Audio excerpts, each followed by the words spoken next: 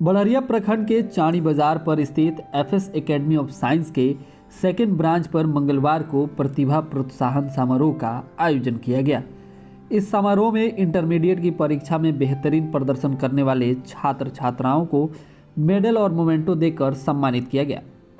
बता दें कि इस बार की इंटरमीडिएट की परीक्षा में एफएस एकेडमी ऑफ साइंस ने 100% रिजल्ट दिया है।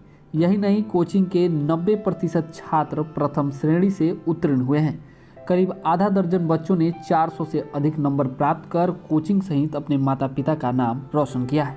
इस दौरान कोचिंग के शिक्षकों ने बताया कि कोरोना और लॉकडाउन की वजह से काफ़ी कम समय में छात्रों को तैयारी कराई गई। इसके बावजूद भी बच्चों ने काफ़ी अच्छा प्रदर्शन किया है। उन्होंने कहा कि एफएस एकेडमी में बच्चों को इंटरमीडिएट के प्रत्येक विषय की तैयारी कराई जाती है, जिसकी वजह से उन्हें कोचिंग नहीं भटकना पड़ता है। इसके लिए यहाँ पर हर विषय के स्पेशलिस्ट शिक्षकों को रखा गया है, जो सभी छात्रों पर विशेष रूप से ध्यान देते हैं ताकि उनका प्रदर्शन बेहतर ही नहीं बल्कि बेहतरीन हो। मेरा नाम सचिन कुमार है। मेरा मार्क्स 4 से 6 है। इतना अच्छा नंबर आया हुआ है, किस तरीके से आपके कोचिंग में आपकी तैयारी करवाई कि इतना अच्छा नंबर आया? सबसे पहले कोरोना महामारी के चलते लॉकडाउन लगा हुआ था, जिसके चलते पढ़ाई अधूरा रहा और इसमें मतलब 6 महीना टाइम मिला, जिसमें हमारे कोचिंग के शिक्षक आजाद सर काफ़ी मेहनत किए। फेवरेट सब्जेक्ट क्या है आपका? फेवरेट सब्जेक्ट फिजिक्स है। क्या कुछ बनना चाहते हैं जीवन में? सॉफ्टवेयर इंजीनियर बनना चाहते हैं। मेरा नाम अनीसा कुमारी है और मेरा रिजल्ट आया है 367। और इतना अच्छा जो नंबर आया है उसके लिए अपने गुरुजनों को क्या कहेंगे? हम लोग को ऐसे कोरोना काल में तो हम लोग का मतलब जो कोचिंग है वो तो मतलब जुलाई में स्टार्ट हुआ था। इतने ही समय में जितने कम समय में हमारे टीचर्स हमारे एफएस एकेडमी के द्वारा हमारे जितने भी स्टाफ हैं हमें बहुत ही मेहनत से हमें पढ़ाए हैं और हमें बहुत ही मेहनत किए हैं, जिसके वजह से हम लोग का इतना नंबर आया और शायद और भी अच्छा आता जब हम लोग कोरोना का नहीं होता। तो आगे किस तरीके से आगे अपनी पढ़ाई जारी रखना चाहती हैं, क्या कुछ बनना चाहती हैं? ऐसे तो मुझे कंपटीशन का तैयारी करना है, लेकिन मेरा एम है मतलब पुलिस ऑफिसर का। मेरा नाम विकेश कुमार है। मेरा बोर्ड एग्जाम में 403 मार्क्स आया हुआ है। इतने अच्छे मार्क्स आने की खुशी में क्या कुछ कहेंगे अपने शिक्षकों के बारे में? हाँ, इतना मार्क्स खुशी के आने में मैं कहूँगा कि इस समय कोरोना महामारी चल रहा था, जिसकी वजह से हमारे पास पूरे साल में मोबाइल मेरे पास नहीं था, जिसकी वजह से मैं लॉकडाउन में मैं घर पर पढ़ाई नहीं कर पाया। अगस्त में कोचिंग एफएस एकेडमी चालू हुआ है यहाँ पे चाणी बाज़ार पर। मुझे मालूम चला तो मैं यहाँ पर आया, तो 5 माह में मेरे टीचर ने एफएस एकेडमी के सभी फैमिली मतलब बहुत सारे हमारा मतलब गाइडलाइंस किए, जिसकी वजह से मेरा इतना मार्क्स आया हुआ है, इन्हीं की वजह से मेरा मार्क्स आया हुआ है। और इस एफएस एकेडमी चाणी बाज़ार पर नहीं खुला होता तो मुझे चांस था कि मेरा मार्क्स इतना नहीं आया होता। क्या कुछ बनना चाहते हैं आगे अपने जीवन में? मैं एक सॉफ्टवेयर इंजीनियर बनना चाहता हूँ आगे चलकर। ठीक है। और भी बच्चे हैं जो कि 10वीं पास करके अच्छे कोचिंग की तलाश कर रहे होंगे, उनको क्या कुछ करेंगे? मैं उनको तलाश करूँगा कि जो भी अच्छे कोचिंग चाणी बाज़ार पे कोचिंग अच्छी उतना नहीं है एफएस एकेडमी की तुलना में। एफएस एकेडमी है जो एक ही छत के नीचे सभी सब्जेक्ट का तैयारी अच्छा से कराया जाता है, जिससे सही गाइडलाइंस बच्चों को मिल पाता है, जिसके आगे चलकर वो कुछ भविष्य में कर सकते हैं। मैं उन लोगों को 10th क्लास जो पास हुए हैं उन लोगों को मैं यही सलाह दूंगा कि जो भी पास हुए हैं अच्छे अंक से में पास होने वाले हैं, अभी रिजल्ट तो आया नहीं है, वो एफएस एकेडमी ज़रूर ज्वाइन करें एक बार। सर, एफएस एकेडमी के 2 ब्रांचेज चल रहे हैं सिवान और चाणी बाज़ार में। इस बार किस तरह का रिजल्ट आया सर? कितनी खुशी है सर? देखिए, रिज़ल्ट जब आता है तो बहुत खुशी होती है। और जो सिवान वाले ब्रांच की बात करूं मैं, तो सिवान में मैं सिर्फ फिज़िक्स पढ़ाता हूं और वहां के रिज़ल्ट की बात करूं तो 95% स्टूडेंट जो मेरे थे उनका फिज़िक्स में डिस्टिंक्शन आया हुआ है। कुछ बच्चे मैं पूरा ओवरऑल प्रैक्टिकल के इंक्लूडिंग बात नहीं कर रहा हूँ, 70 में 68 आया है, जो मुझे लगता है सिवान में मैक्सिमम है। किसी भी स्टूडेंट का 70 में 69 नहीं आया होगा, जहाँ तक मुझे मालूम है कि 68 is the highest in Siwan. So मेरे स्टूडेंट ने सिवान से 68 लाया हुआ है और 95% बच्चों का डिस्टिंक्शन है सिवान ब्रांच से। और चाणी बाज़ार ब्रांच की बात करूं तो इस ब्रांच से लगभग 90% बच्चों ने फर्स्ट डिवीज़न लिया है। और आपको मालूम है कि हमने जुलाई 2021 में इस कोचिंग को शुरू किया था चाणी बाज़ार ब्रांच को, और इतने कम समय में यानी 5-6 महीने के स्पैन में हमने पूरे सिलेबस को कंप्लीट किया। इसके लिए हम अपने पूरी टीम को कंग्रेचुलेट करेंगे। इतने कम टाइम में उन्होंने सिलेबस को पूरा किया और यहाँ का भी स्कोर 403 गया मैक्सिमम, हालांकि सिवान का स्कोर 453 गया है मैक्सिमम। किसको कंपटीशन मानते हैं सर अपने क्षेत्र में? Siwan, I don't see anyone as my competitor. When I came in Siwan, I saw a lot of videos of so-called star teachers. But when I look at closely, I don't see any level of teaching in their videos. So I think कि मुझे अपने आप को देखना चाहिए कि जो मैं आज कर रहा हूँ उससे बेटर करने की कोशिश करूँ कल, क्योंकि मैं उनका वीडियोस देखा, मैं लेवल इतना नीचे है सिवान का। सबसे पहले तो लड़के जाते हैं जो देहात से, उनको कुछ पता नहीं रहता है, भीड़ देख के चले जाते हैं, और लास्ट में जब 12th निकलता है, लास्ट में उनका ना सिलेबस हो पाता है। सुना है कि सिवान में ऑप्टिक्स 7-7 महीने ऑप्टिक्स सिर्फ चलता है, और यहाँ पे नदीम साहब बैठे हुए हैं जो फिज़िक्स के टीचर हैं, तो उनको मैं बता दूं कि सिवान में 12th के जो फिज़िक्स की बात करूं, ऑप्टिक्स से ही 99% टीचर ऑप्टिक्स से शुरू करते हैं। And I have observe closely that many of teachers in Siwan they are unable to teach CBSE students effectively, यानी 99% स्टूडेंट्स सिर्फ हिंदी मीडियम पढ़ा सकते हैं। अगर आप देखें रियलिटी यही है सिवान की। तो I don't think anyone as my competitor. I want to be the best version of my self, what I am doing today. I want to be the best version of sir, my अन्य जो self. Physics के शिक्षक हैं उनसे आप किस तरह से अलग हैं और किस तरह की अलग शिक्षा देते हैं सर? देखिए, सबसे पहले तो जो मेरा एक्सपीरियंस रहा है अभी तक का, पहले मैं इंजीनियरिंग कॉलेज में 2012 में पढ़ा चुका हूँ, वो एक्सपीरियंस है मेरे पास, प्लस 6 साल का मेरा प्रोफेशनल एक्सपर्टीज़ है। लाइक मुंबई इंटरनेशनल एयरपोर्ट में मैं HVAC इंजीनियर रहा हूँ। कुवैत की सबसे बड़ी जो बिल्डिंग है अलहमरा टावर, उसका HVAC कमीशनिंग इंजीनियर रहा हूँ मैं।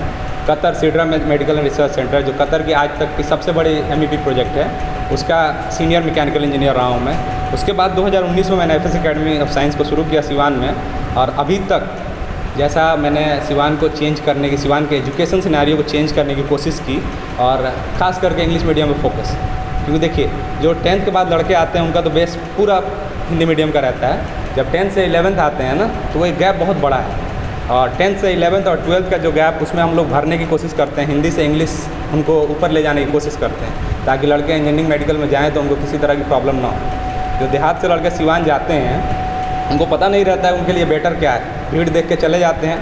अब एग्जांपल लीजिए, सिवान से ही 2 लड़के देहात से 300-300 नंबर लाते हैं, एक पटना या कोटा चला जाता है, और हिंदी मीडियम में वो भी पढ़ा रहता है और अडॉप्ट कर लेता है इंग्लिश मीडियम वहाँ पे। 2 साल जब गुजरता है तो वो नीट और JEE की बात करता है, और सिवान में जो 2 साल गुजरता है वो सोचता है किसका गैस लड़ेगा। ऐसा माहौल है, इसको चेंज करने की ज़रूरत है, और चेंज हो रहा है धीरे धीरे। सर, 10वीं के परिणाम आने वाले हैं, ऐसे में जो बच्चे हैं वो अपने कैरियर ऑप्शन तलाश रहे हैं, उन बच्चों को क्या कुछ सलाह देंगे सर? बेस्ट चुनें, अपने आसपास पता करें कौन बेस्ट है, किसका रिजल्ट बेहतर हो रहा है, क्योंकि पिछले साल JEE में मेरे एक बच्चे का हुआ है, और नीट में 483 मेरे यहाँ से गया है। जबकि मैं आपको बता दूँ, सिवान में मैं ऐसा इकलौता टीचर हूँ जो हर साल नीट और JEE का स्पेशल बैच चलाता हूँ। अनफॉर्चुनेटली कोई भी बैच सक्सेसफुली नहीं निकल पाया, क्योंकि 3 साल से हम लोग जब शुरू कर रहे हैं, फ्लो पकड़ रहा है lockdown. If there is no lockdown in future, hopefully मैं सिवान से नीट JEE भी प्रोड्यूस करूँगा रिजल्ट यहाँ से। आपका गेस पेपर जो है काफ़ी चर्चा बना था, जो गेस तैयारी की थी, परीक्षा में काफ़ी बच्चों को सहायता मिली थी। आप ही के कोचिंग सेंटर के नहीं, बल्कि और लोगों के जो बच्चे हैं अलग इस जगह पढ़ते हैं, आपका गेस काफ़ी सहायक हुआ था। उसकी तैयारी अपने कैसे की थी? गेस पेपर के लिए थोड़ा सा दिमाग लगाना पड़ता है। पिछले 3 साल से मेरा ट्रैक रिकॉर्ड रहा है कि गेस बहुत अच्छा आता है, मेरा बहुत ज़्यादा मैच करता है। इस बार 140 मार्क्स का आता है, 70 मार्क्स का लड़कों को लिखना रहता है। मेरे गेस से 110 मार्क्स का आया था, और कुछ न्यूज़ चैनल वालों भी लेके अपने पेज पे डाला हुआ था, तो वो बहुत फेमस है, उसमें कुछ गलत बोलने की बात नहीं है, क्योंकि पूरे सिवान के हर चर्चित पेज पे मेरा गेस था। तो पुराना गेस पेपर उठा के, या 10-12 साल का पुराना बैक पेपर उठा के, प्रीवियस ईयर का पेपर उठा के, उसमें से हम लोग निकालते हैं कुछ, और कोशिश करते हैं उस पर ज़्यादा ध्यान नहीं देना चाहिए गेस पे। जो पढ़ा हुआ लड़का है उसको गेस की ज़रूरत नहीं होती। फिर भी 3 साल से ट्रैक रिकॉर्ड है कि गेस हमारा पूरा 100% लड़का है। ओवरऑल देखा जाए तो जितने भी बच्चे यहाँ पे थे इंटरमीडिएट में, 90% बच्चे जो हैं स्कोर किए हैं फर्स्ट डिवीज़न से, बाकी सब सेकंड डिवीज़न से हैं। मीन्स 90%, 90% बच्चे जो हैं प्रथम श्रेणी में उत्तीर्ण हुए हैं, काफ़ी उत्कृष्ट नंबर लाए हैं जी। सर, हाईएस्ट स्कोर क्या रहा है सर इस बार कोचिंग का? 406 रहा है हाईएस्ट स्कोर। सर, काफ़ी कम समय मिला है बच्चों के लिए पढ़ाई कराने का, इतने कम समय में सर किस तरीके से आप लोगों ने तैयारी कराई, क्या चुनौतियाँ रही सर? देखिए, 1 साल के सिलेबस को 5 माह में पूरा कर पाना एक कठिन काम है, लेकिन मुझे लगता है कि FS एकेडमी ऑफ साइंस के जितने भी स्टाफ थे, जो भी हमारे सहकर्मी थे, उनकी गाइडलाइन काफ़ी अच्छी रही है, और उन्होंने निरंतर तरतम्यता के साथ कहेंगे कि अपने कर्तव्य का निर्वहन किया है, जिसके फलस्वरूप बच्चों का सिलेबस जो है काफ़ी समय पूरा कर लिया गया और परिणाम भी सामने रहा है कि 90% बच्चे जो है मीन्स 90% बच्चे फर्स्ट डिवीज़न से उत्तीर्ण हुए हैं। एक ही कि आपका सब्जेक्ट अंग्रेजी है और ये ग्रामीण क्षेत्र है, बिल्कुल। कितनी मुश्किल हुई अंग्रेजी में बच्चों को तैयारी जी, मैं इस संदर्भ में बताना चाहूँगा कि आज भी ये एक मुश्किल काम है, लेकिन धीरे धीरे मुझे लग रहा है कि जब सुदूर देहात के बच्चों से हम इंटरेक्ट हो रहे हैं तो इतनी अच्छी उनकी फ्लुएंसी है इंग्लिश की और उनकी पकड़ है ग्रामर की कि मुझे लगता है कि पहले की अपेक्षा अभी जो है उनकी जील और बढ़ी है अंग्रेजी के प्रति,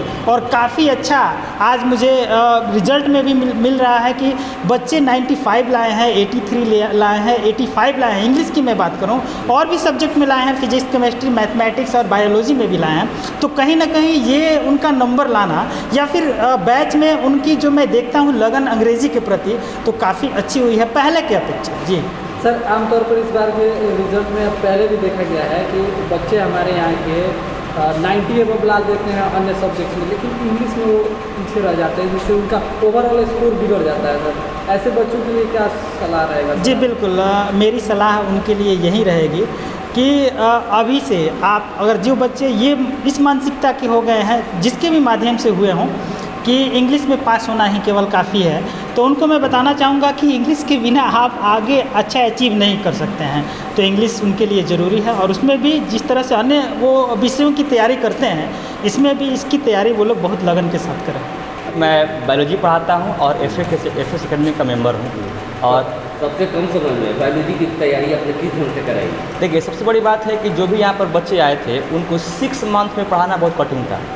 वो लोग थोड़ा रूरल एरिया से थे और हम लोग उन लोगों को बेसिक्स से पूरा उनको सिलेबस कंप्लीट करने का प्रयास किया था और नतीजा ये हुआ कि उन्होंने 89+ बायोलॉजी में नंबर लाने का प्रयास किया और लाया भी। क्या लगता है सर कि जो आपकी अपेक्षाएँ हैं एज ए टीचर वो बच्चों ने पूरी की है इस बार? यस, हमको तो पूरा विश्वास था और बहुत सारे बच्चे किए भी हैं। और मुझे लेकिन लास्ट टाइम में ये मतलब मुझसे मिस्टेक हुआ कि वो जो बच्चे तैयारी कर रहे थे लास्ट में उन्होंने क्लास ऑप्शन कर दिया था, जिसकी वजह से जो मेरा डिमांड था वो लोग पूरा नहीं कर पाए। अन्य जो 10वीं के बाद बायोलॉजी पढ़ना चाहते हैं जो छात्रों, उन छात्रों को क्या कुछ कहेंगे? देखिए, मैं सबसे पहले कहता हूं कि जो भी बच्चे यहाँ पर आएंगे उन लोग को हम बेसिक लेवल से पढ़ाने का प्रयास करेंगे और हम लोग का एफएस एकेडमी का टारगेट है कि इस बच्चे को बोर्ड के साथ साथ मेडिकल का भी तैयारी करने का प्रयास करेंगे हम लोग। सर, एक बड़ी समस्या होती है 10वीं तक जो पाठ्यक्रम है उनका हिंदी में होता है, लेकिन जब वो मेडिकल कॉलेज में जाते हैं, नीट की तैयारी करते हैं तो वह पूरा पाठ्यक्रम अंग्रेजी में होता है। ऐसी में जो चुनौतियाँ हैं उसको कैसे आप लोग हैंडल करते हैं? देखिए, यहाँ जितने सारे बच्चे आते हैं तो हमारे एफएस एकेडमी में जनरली 2 तरह के बच्चे आजकल आ रहे हैं। कुछ इंग्लिश मीडियम के भी हैं और कुछ हिंदी मीडियम के हैं। तो हम लोग 11 तक कंप्लीट जो हिंदी मीडियम के बच्चे हैं उन लोग को हम लोग इंग्लिश मीडियम में कन्वर्ट करने का प्रयास करते हैं और बाद में जब 12th में आ जाते हैं तो उन लोग को हम बोर्ड के पॉइंट ऑफ व्यू से हिंदी और इंग्लिश मीडियम पढ़ाते हैं। और जो इसमें जो इंग्लिश मीडियम के बच्चे हैं और हिंदी मीडियम के बच्चे हैं उन लोग को हम मेडिकल के लिए स्पेशल प्रिपेयर करते हैं। और इस बार तो नहीं हो पाया, लेकिन अगले जो ये सेशन चल रहा है इसमें बहुत सारे बच्चे हैं जिनको हम लोग तैयारी करा रहे हैं नीट पॉइंट ऑफ व्यू से। अभी तो परफॉर्मेंस बेटर रहा, लेकिन मैं प्रयास करूंगा कि नेक्स्ट ईयर इससे बेटर आए। इस बार थोड़ा सा क्वेश्चन का जो लेवल था वो केमिस्ट्री का थोड़ा टफ रहा और रिपीटेड क्वेश्चन उसमें काफ़ी कम था, ना के बराबर था, जिसके वजह से जो है केमिस्ट्री पर इसका जो थोड़ा असर पड़ा और पूरे ऑल ओवर बिहार में केमिस्ट्री में मार्क्स मैक्सिमम जो है कम आया है। जो टॉपर स्टूडेंट उनका भी जो केमिस्ट्री मार्क्स थोड़ा कम आया, लेकिन मैं फिर भी अपने स्टूडेंट्स जो अभी जो न्यू बैच चल रहा है प्रयास करूँगा कि इस बार जो है केमिस्ट्री में वो वैसे उसकी तैयारी कराया जाए ताकि वो बेहतर मार्क्स लेकर आए।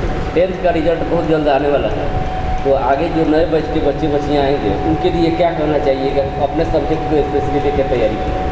नहीं, 10th जो पास आउट करके जो बच्चे आएंगे मैं प्रयास करूंगा कि जब भी वो मेरे यहाँ पढ़ने आए मैं पहले उनको जो 9th और 10th का जो सिलेबस है, जो बेसिक नॉलेज है, ताकि उस बेसिक नॉलेज की कमी होने की वजह से जो है वो +2 का सिलेबस टेक नहीं कर पाते हैं ना, उसको कवर नहीं कर पाते, जिसकी वजह से आगे काफ़ी ज़्यादा परेशानियाँ होती है। तो हम लोग ये प्रयास करते हैं और हमारा सारे जो कोचिंग का फैकल्टी ऑल फैकल्टी जो मेंबर है हम लोग ये प्रयास करेंगे कि पहले जो उसको जो 1 मंथ तक बेसिक क्लास चलाया जाए, उनका पहले बेसिक क्लियर किया जाए ताकि जो सिलेबस पढ़ाने में कोई दिक्कत ना हो और तब उनको जो है 11th का सिलेबस स्टार्ट किया जाए।